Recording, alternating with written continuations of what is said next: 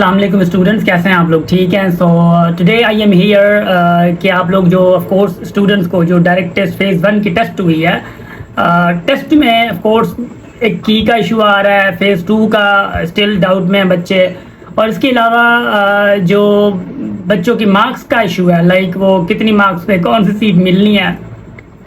دیکھیں یہ تینوں چیزیں بی ویری کلیئر۔ سب سے پہلی بات کہ فیز 2 کی بات ہے،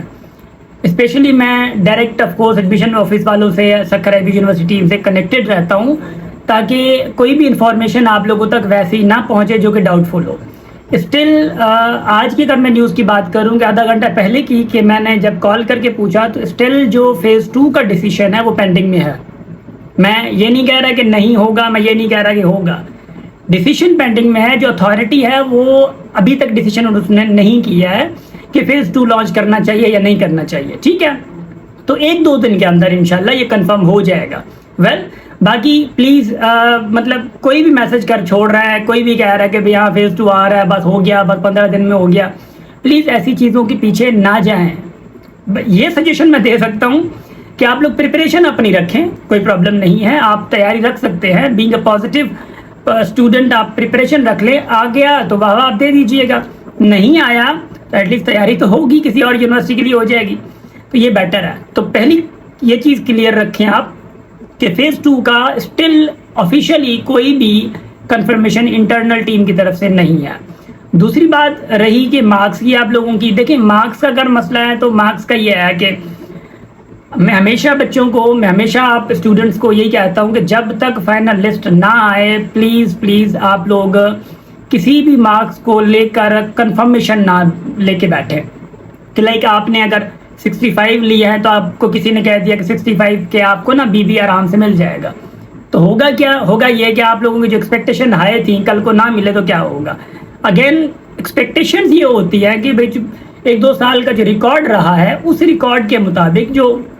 80s میں 79 80 اور 80s میں جو بچے تھے ان کو کمپیوٹر سائنس، اے آئی، سافٹ ویئر انجینئرنگ یعنی سی ایس کے ریلیٹڈ جو بھی فیلڈ ہے ان کو مل گئی تھی۔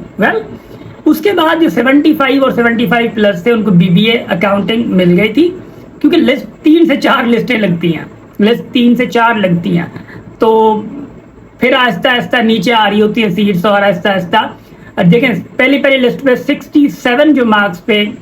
بی ایڈ والوں کو ملا تھا، اب ایٹ دا اینڈ 3-4 لسٹوں کے بعد 63 والا بھی بی ایڈ میں آ گیا، 62 والا بھی بی ایڈ میں آ گیا۔ ممکن ہے کہ نیچے والوں کو بھی کالز آئی ہوں، کیونکہ بعد میں کالز بھی کرتے ہیں نا اگر بچے کوئی یعنی جوائن نہیں کر پا رہے ہوتے۔ تو اب رہی بات، ہم آتے ہیں کہ کی جو کریکشن پرابلم ہے، ٹھیک ہے، یعنی کی کا اگر کوئی مسئلہ ہے، اور آئی نو ویری ویل کہ I am very confident on some students کہ بھائی ایٹ لیسٹ یہ ہے کہ اگر وہ کہہ رہے ہیں کہ 2-3 آپشنس میں ایشوز تھے،